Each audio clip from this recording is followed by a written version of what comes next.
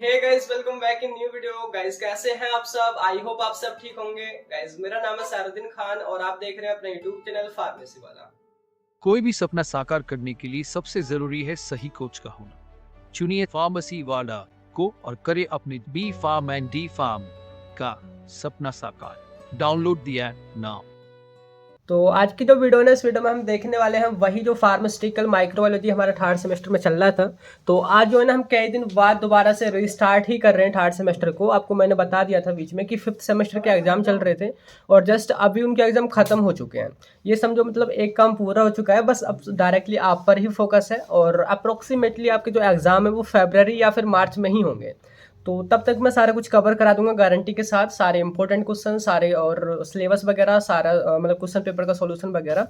तो सारा कुछ अब आपको कंटिन्यूअसली मिलेगा और ऐप पर भी सारा कुछ अपलोड होगा। ठीक है, तो थोड़ा रिमाइंड करते हैं कि लास्ट वीडियो जो थी फार्मास्यूटिकल माइक्रोबायोलॉजी की, उसमें हमने कवर किया क्या था। तो यहाँ पे हमारी थर्ड यूनिट चल रही थी, जिसमें जो लास्ट वीडियो थी उसमें हमने कवर करा था कि ये जो cultivation of fungi and virus, यानी कि यहाँ तक ये पूरा कवर हो चुका था। आज का जो हमारा टॉपिक है ना, वो काफ़ी इंपॉर्टेंट टॉपिक है, जो कि classification and mode of action of disinfectant. कि डिसइंफेक्टेंट क्या होते हैं, हमको क्लासीफाई कीजिए और हर एक का मोड ऑफ एक्शन बताइए। तो इसको हम कवर करने वाले हैं। बाकी जो सारे जो नोट्स हैं शुरू की सारी यूनिट्स के और जो भी अदर सब्जेक्ट है उनके भी आपको फार्मेसी वाला ऐप पे ही मिलेंगे। आपको पता ही होगा, लिंक डिस्क्रिप्शन में मिल जाएगा।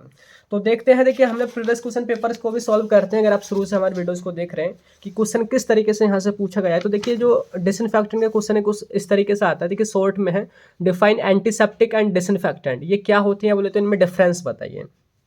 ठीक है, ऐसे शॉर्ट में यहाँ पे है what is disinfectant with two example दीजिए इसके।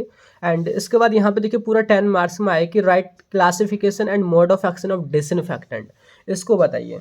और सिलेबस में आप देखोगे ना, यहाँ पे आगे भी है कि फैक्टर इन्फ्लुएंसिंग डिसइंफेक्शन की, उसको कौन कौन से फैक्टर अफेक्ट करते हैं। वो आज के इस वीडियो में कवर नहीं करेंगे, आगे हम कवर करेंगे। लेकिन ये क्वेश्चन भी काफ़ी इंपॉर्टेंट है, आ जाता है। जैसे कि आप देखोगे what are the factor influencing disinfection, यानी कि यहाँ से पक्का एक क्वेश्चन बनता है कि डिसइंफेक्टेंट क्या है और उनको कौन कौन से फैक्टर अफेक्ट करते हैं, उनको क्लासिफिकेशन में मोड ऑफ एक्शन दीजिए। तो आपको समझ आ गया होगा। तो समझते हैं बहुत ही आसान तरीके से, रटना कुछ है ही नहीं। तो वही मैंने यहाँ पे लिख रखा है कि सबसे पहले आपने वर्ड को ब्रेक कर देना है। डिस प्लस इन्फेक्टेंट यानी कि डिसइंफेक्टेंट। तो डिस का मतलब होता है अगेंस्ट या बोले तो अपोजिट। जैसे कि आपने सुना होगा ना, जैसे रैपर्स वगैरह जब रैप करते हैं तो उनका डिस ट्रैक आता है, एक दूसरे के अगेंस्ट वो ट्रैक निकालते हैं, तो उसको हम डिस ट्रैक बोलते हैं, यानी कि अगेंस्ट। एंड इन्फेक्टेंट यानी कि कोई भी हमारा माइक्रोब्स या कोई भी बैक्टीरिया, कोई वायरस, कोई फंगस जो हमें इन्फेक्शन कॉज कर सकता है, वो हमारा इन्फेक्टेंट कहलाता है। तो ऐसे एजेंट या बोले तो ऐसे केमिकल जो इन्हीं माइक्रोब्स के अगेंस्ट हों, वही है डिसइंफेक्टेंट। रटना ही नहीं, ये गारंटी नहीं कि आप यही बिल्कुल सेम का सेम यहाँ पे लिख करके आएँ, आप खुद ही बना करके लिखें। यानी कि कोई भी ऐसे केमिकल एजेंट जो कि हमारे माइक्रोब्स की ग्रोथ को या तो रोक देते हैं या उनको किल कर देते हैं, वही है हमारे डिसइंफेक्टेंट। ठीक है, लेकिन एक यहाँ पे शर्त है जो कि आपको याद करनी पड़ेगी कि डिसइंफेक्टेंट हम उनको बोलते हैं जो कि हमारे ऐसी जगह पे यूज़ किए जाते हैं, यानी कि हमारी बॉडी के अलावा कोई अदर जो भी चीज़ें होती हैं, यानी कि इनर्ट सर्फेसेज। जैसे कि लिखा है कि disinfectant are the chemical agent which inactivate या destroy micro organism on inert surfaces such as disease and benches and जो भी हमारे वर्किंग एरिया टॉयलेट वगैरह होता है वहाँ सभी पर। यानी कि ऐसे एजेंट जो कि इनर्ट सर्फेसिस पर ही बैक्टीरिया को किल करते हैं। जैसे कि हम टॉयलेट में आपने देखा होगा ना, फिनॉल वगैरह हम यूज़ करते हैं, वहाँ पे अल्कोहल ही तो होता है वो, तो वो इनर्ट सर्फेस। अगर बात करें कहीं हमारी स्किन पे अगर बैक्टीरिया लगा हुआ है, अगर वहाँ पे बैक्टीरिया को किल करना है तो उसको हम डिसइंफेक्टेंट नहीं बोलेंगे, उसको हम बोलते हैं एंटीसेप्टिक। तो यही शॉर्ट में क्वेश्चन आया हुआ था ना, अभी आपने देखा था कि what is disinfectant and define antiseptic. तो आपको डिफरेंस समझ में आ गया होगा, यानी कि मतलब काम दोनों का एक ही है, लेकिन उनका जो एक्शन है, मतलब कौन सी जगह पे साइट ऑफ एक्शन वो अपना दिखा रहे हैं, वो चेंज हो जाता है। वैसे इनके एग्जांपल की बात करें कि फिनॉल है, इथेनॉल है और भी कुछ हमारी डाइज हैं जिसके बारे में आप क्लासिफिकेशन में देखोगे। और ये जो प्रोसेस है इन्हीं सारे माइक्रोब्स को किल करने की या रिमूव करने की, उसी को हम डिसइंफेक्शन बोलते हैं। तो समझ आ ही गया होगा। बाकी थोड़ा सा एंटीसेप्टिक के बारे में देख लेते हैं, इसको भी आप ब्रेक करके बता सकते हैं कि anti means oppose and septic means होता है सेप्सिस। सेप्सिस का मीनिंग है कि जो बैक्टीरिया होते हैं या माइक्रोब्स होते हैं उनकी ग्रोथ, उनको हम सेप्सिस बोलते हैं। जैसे आपने देखा हो ना, कहीं पे हमारी बॉडी में सेप्टिक बन जाती है, इनकी माइक्रोब्स की ग्रोथ हो जाती है, तो उसको हम सेप्टिक बोलते हैं। तो उसी सेप्टिक को या बोले तो सेप्सिस को रोकने के लिए जो भी केमिकल्स या जो भी मेडिसिन्स काम करती हैं वो हमारी एंटीसेप्टिक कहलाती हैं। लेकिन शर्त यही है कि वो लिविंग ऑर्गेनिज्म पे काम करती हैं, हमारी बॉडी पे काम करती हैं, किसी एनिमल्स पे काम करती हैं, वो किसी भी इनर्ट सरफेस पे काम नहीं करती। एग्जाम्पल काफ़ी फेमस है पोवाइडोन आयोडीन ऑइंटमेंट। आपने ये येलो टाइप का कुछ ऑइंटमेंट देखा होगा, कभी भी आपकी चोट लगती है तो डॉक्टर इसी को लगाते हैं।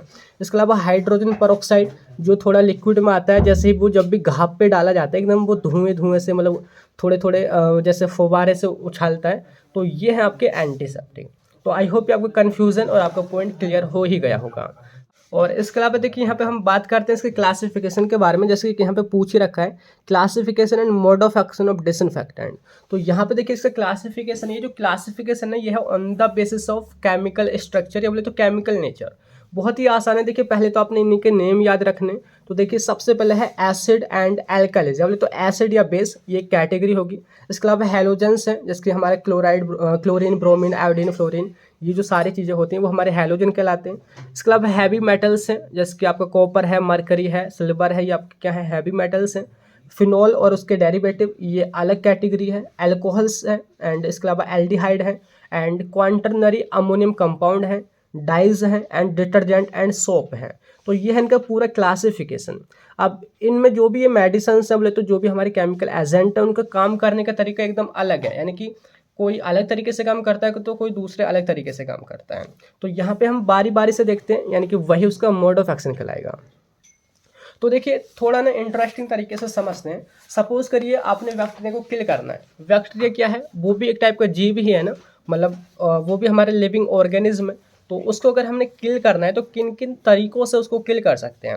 जस्ट एग्जांपल, ज़्यादा सीरियस मत लेना, मैं एग्जांपल खुद का ही देता हूँ। सपोज किसी इंसान को आपने किल करना है तो कैसे कर सकते हैं। सबसे पहले क्या तरीका होगा कि उसके ऊपर वार कर दो, उसको डैमेज कर दो। डैमेज करने का मतलब है उसको कत्ल कर दो, है ना, यानी कि डायरेक्टली हम उसको डैमेज करते हैं उसके बाहर के ऑर्गन्स को। एक तरीका ये है।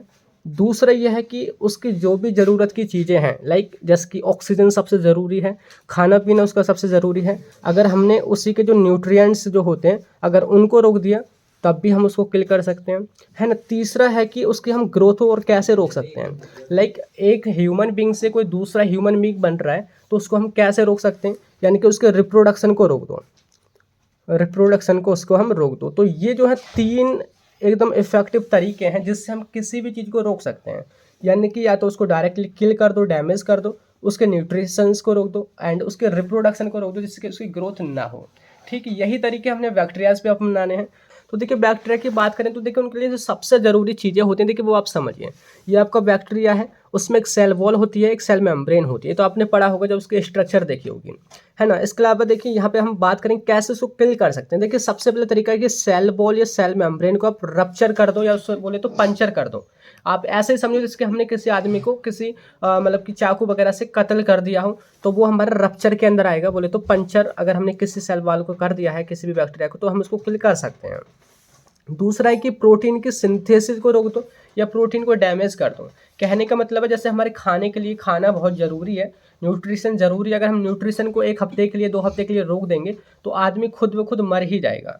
तो ये भी एक तरीका है। एंड तीसरा जो मतलब चौथा जो काफ़ी इंपॉर्टेंट है वो है रेप्लिकेशन, यानी कि डीएनए के रेप्लिकेशन को रोक दो। ग्रोथ नहीं होगी, एक ही बैक्टीरिया कब तक जीवित रहेगा, है ना। जब दूसरा ही नहीं बन पाएगा उससे तो उसको हम कंट्रोल कर सकते हैं।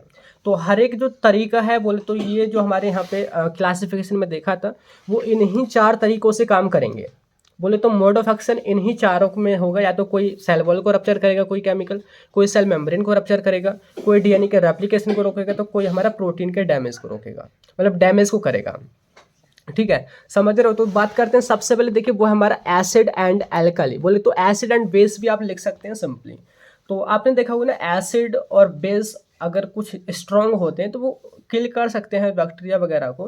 तो सिंपली आपने लिखना कैसे कि देखिए generally strong acid and base kill the bacteria but weak acid या weak base only inhibit their growth. अगर हमारा एसिड या बेस काफ़ी स्ट्रॉन्ग है तो वो डायरेक्टली किल भी कर सकता है बैक्टीरिया को, अगर कोई वीक है तो वो उनकी ग्रोथ को इनहिबिट कर सकता है।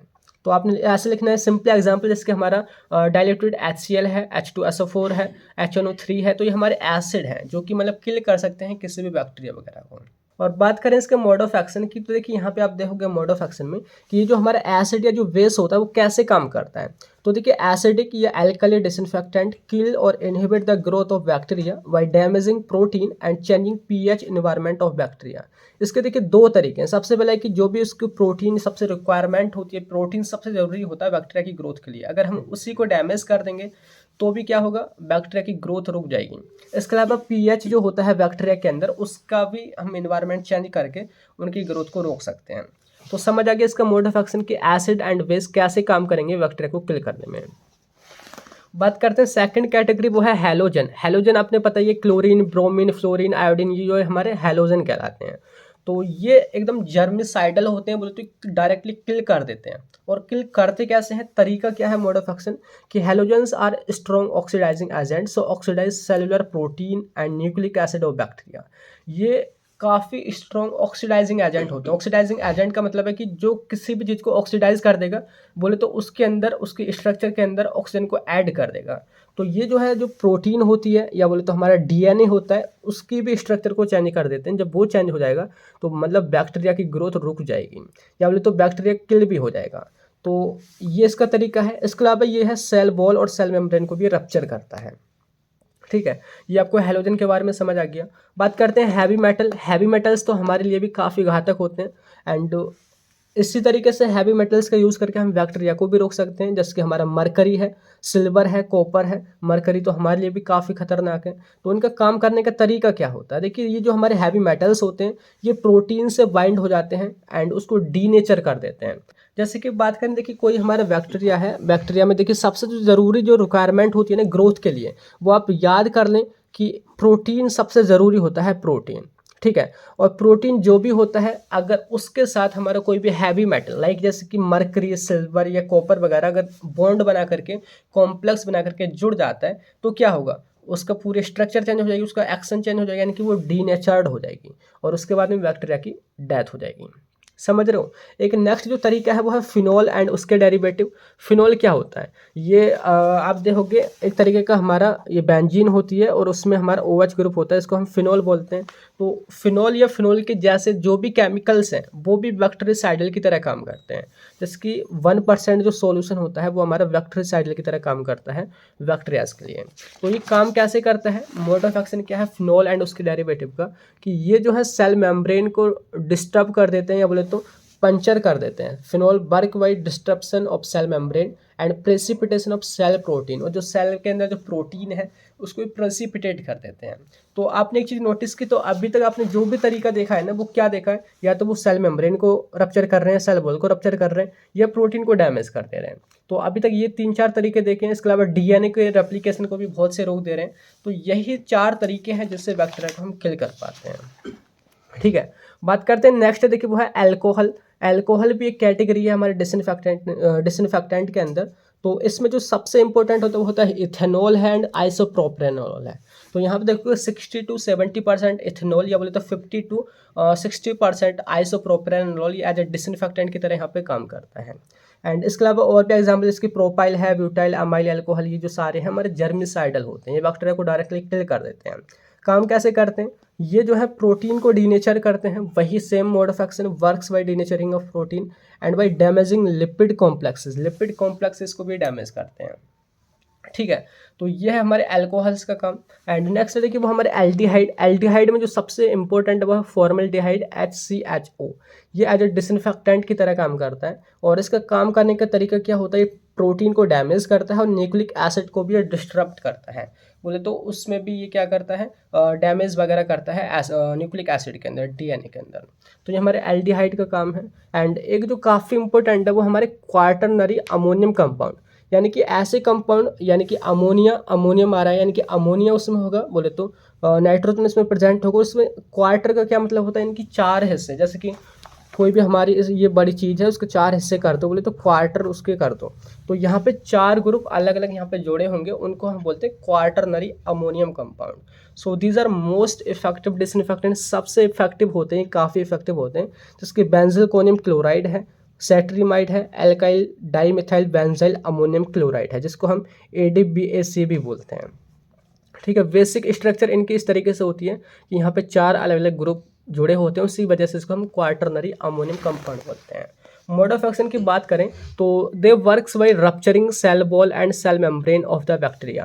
तो ये सेल मेम्ब्रेन होती है, अगर हम इसको रप्चर कर देंगे तो क्या होगा, इसके अंदर बाहर का लिक्विड आपस में निकल बाहर जाएगा, है ना, निकल भी जाएगा, मतलब अंदर भी आ जाएगा। तो उससे हो गया कि बैक्टीरिया का पूरा इन्वायरमेंट ही चेंज हो जाएगा और इस तरीके से ये जो है बैक्टीरिया को किल करते हैं। और इसके बाद देखिए नेक्स्ट पॉइंट है वो है डाइज, जो हमारे कलरिंग एजेंट होते हैं, जैसे कि एक्रोडीन है, ट्राइफिनाइल मीथेन है, ये mostly as a colouring agent है, बोले तो डाई की तरह यूज़ किए जाते हैं। और इसके अलावा कुछ जो डाइज होते हैं ना, वो बैक्टीरिया को किल करने के भी काम आते हैं। ये या तो बेस होंगी या एसिडिक होंगी, यानी कि इनका पीएच के ऊपर डिपेंड करता है। एग्जाम्पल जैसे क्रिस्टल वायलेट है, एक्रीफ्लैबिन है एंड मैलेकाइट ग्रीन है। काम करने का तरीका क्या है कि dyes works by inhibiting cellular oxidation process and inhibit protein synthesis. ये प्रोटीन सिंथेसिस को रोकती हैं और जो भी सेलुलर ऑक्सीडेशन प्रोसेस होती है, बोले तो सेल के अंदर जो भी एनर्जी जनरेट की जो प्रोसेस होती है, ये उसको रोक देती हैं। ठीक है, जिससे कि बैक्टीरिया की ग्रोथ ही रुक जाएगी। जब ग्रोथ रुक जाएगी तो मतलब बैक्टीरिया आगे ग्रो नहीं कर पाएगा, या बोले तो रिप्रोडक्शन उसका रुक जाएगा। समझ रहे हो। और बात करते हैं, देखिए लास्ट में वो है हमारे डिटर्जेंट एंड सोप। तो ये तो हम मोस्ट कॉमनली घर में यूज़ ही करते हैं कपड़ों को धोने में। आपने देखा होगा वहाँ भी कहीं ना कहीं हमारे माइक्रोब्स ही होंगे, एंड बर्तन को धोने में भी। तो यहाँ पे जो डिटर्जेंट होते हैं वो भी हमारे डिसइंफेक्टेंट की तरह काम करते हैं। तो लिखा है कि detergent and soap also kill bacteria, they are most commonly used in daily life, they also act as surfactant and wetting agent and emulsifier. आपने जब फार्मास्यूटिक्स में पढ़ा होगा तो ये एज ए सर्फेक्टेंट की तरह भी काम करते हैं, वेटिंग एजेंट की तरह भी काम करते हैं और इमल्सिफायर की तरह भी काम करते हैं। एग्जाम्पल इसके सोडियम लोरेल सल्फेट SLS है, सेट्रिमाइड है, बेंजिलकोनियम क्लोराइड है। ठीक है, बात करते हैं मोड ऑफ एक्शन। तो ये देखिए they works by destroying their cell wall. ये सेल वॉल को डिस्ट्रॉय कर देते हैं और उससे जब वो रप्चर हो जाएगा तो जो भी कंटेंट है बैक्टीरिया का वो बाहर निकल जाएगा। एंड इस तरीके से ये जो है हमने क्लासिफिकेशन देखा है डिसइंफेक्टेंट का। अगर हम ओवरऑल बात करें कि आखिर हमारे डिसइंफेक्टेंट काम कैसे करते हैं, तो वो 4 तरीकों से काम करते हैं, जो कि मैंने स्टार्टिंग में ही आपको बोला था कि या तो सेल वॉल को आप पंचर करेंगे, या सेल मेम्ब्रेन को पंचर करेंगे, या प्रोटीन डैमेज करेंगे, या प्रोटीन के सिंथेसिस को रोकेंगे, एंड DNA के रेप्लिकेशन को रोकेंगे। तो आई होप ये पूरा जो क्लासिफिकेशन आपको समझ आ गया होगा। आप देखिए इनको जरूर याद कर लेना कि कौन कौन से टाइप हैं, बाकी इनके अंदर आप बना करके लिख सकते हैं अगर आपने इस वीडियो को देख लिया होगा सही तरीके से। ठीक है, तो बात करते हैं, ये आपको सारा कुछ समझ आ गया होगा डिसइंफेक्टेंट और उसमें एंटीसेप्टिक में अंतर वगैरह भी। तो मिलते हैं फिर नेक्स्ट वीडियो में। जो नेक्स्ट वीडियो जो रहेगी उसमें हम इस वाले पोर्शन को कवर करेंगे कि factor influencing disinfection and antiseptic and उनका इवेल्युएशन। तो नेक्स्ट मिलते हैं उसी वीडियो में, तब तक के लिए bye bye, thank you, have a nice day.